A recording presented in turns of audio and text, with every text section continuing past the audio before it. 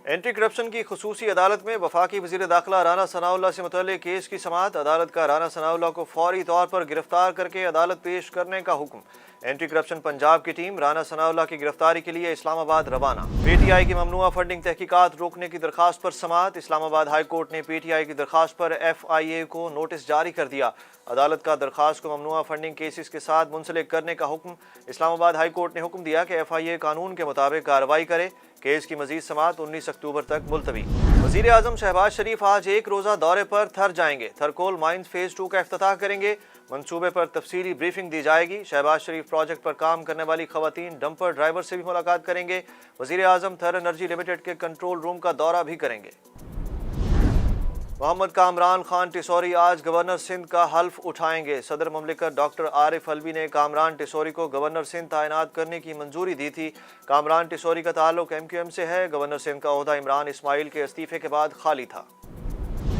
मरियम और मैंने सजा के बावजूद वतन वापसी का फैसला किया। मरियम नवाज सुरखरू होकर पाकिस्तान से आई। साबिक वज़ीर आज़म और मुस्लिम लीग नून के कायद मियां नवाज शरीफ की लंदन में मरियम नवाज के हमरा गुफ्तगू। नवाज शरीफ ने कहा कि मेरी कीमती ज़िंदगी के 5 साल ज़ाया किए गए। कीमती साल ज़ाया करने का जवाब कौन देगा? मुझे अजियत पहुँचाने के लिए मरियम नवाज को मेरे सामने गिरफ्तार किया गया। इमरान खान को बताना चाहता हूँ तुम्हारे दौर में वो काम हुआ जो कभी नहीं हुआ। इमरान खान ने हर चीज़ पर यू टर्न लिया। इमरान खान ने IMF जाने पर आज तक खुदकुशी नहीं की।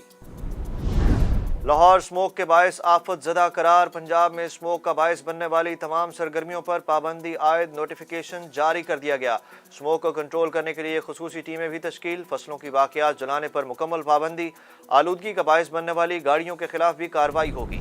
इस्लामाबाद के सेंटोरस मॉल पर आग लगने का मुकदमा दर्ज। इंतजामिया का आग लगने की वजूहात की तहकीकात तक सेंटोरस मॉल सील रखने का फैसला।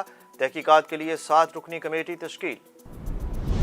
ब्रिटेन ने पुल धमाके को दहशतगर्दी करार दे दिया। कहते हैं कोई शक नहीं ये दहशतगर्दी की कार्रवाई है। धमाके की मंसूबा साज और मुआवन यूक्रेनी खुफिया एजेंसी है। चंद रोज कबल आबनाए कर्श पर बने रूस और क्रीमिया को मिलाने वाले पुल पर धमाका हुआ।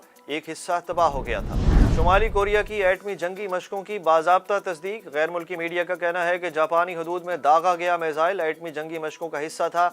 फौजी मशकें 25 सितंबर से 9 अक्टूबर तक जारी रहीं। वेनेजुएला में बारिश और लैंडस्लाइडिंग से तबाही। 22 अफराद हलाक, 50 से जायद लापता। घर और रोजगार मुकम्मल तबाह।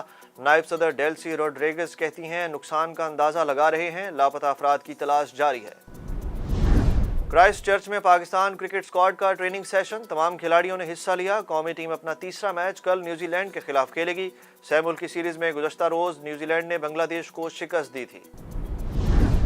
क्रिकेट शायकीन के लिए बड़ी खबर। इंग्लैंड के बाद न्यूजीलैंड क्रिकेट टीम भी पाकिस्तान आने को तैयार। न्यूजीलैंड क्रिकेट टीम 2 मुख्तलिफ मराहिल में पाकिस्तान आएगी।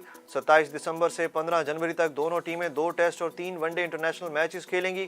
दूसरे मरहले में 13 अप्रैल से 7 मई तक दोनों टीमें 5 वनडे और 5 T20 इंटरनेशनल मैचेस में आमने सामने होंगी। ज़हनी अमराज का आलमी दिन। पाकिस्तान में डिप्रेशन के मरीजों में तेजी से इजाफा होने लगा। हर 8 में से 1 शख्स ज़हनी दबाव का शिकार। मर्दों के मुकाबले में खवातीन में मर्ज ज़्यादा होने लगा।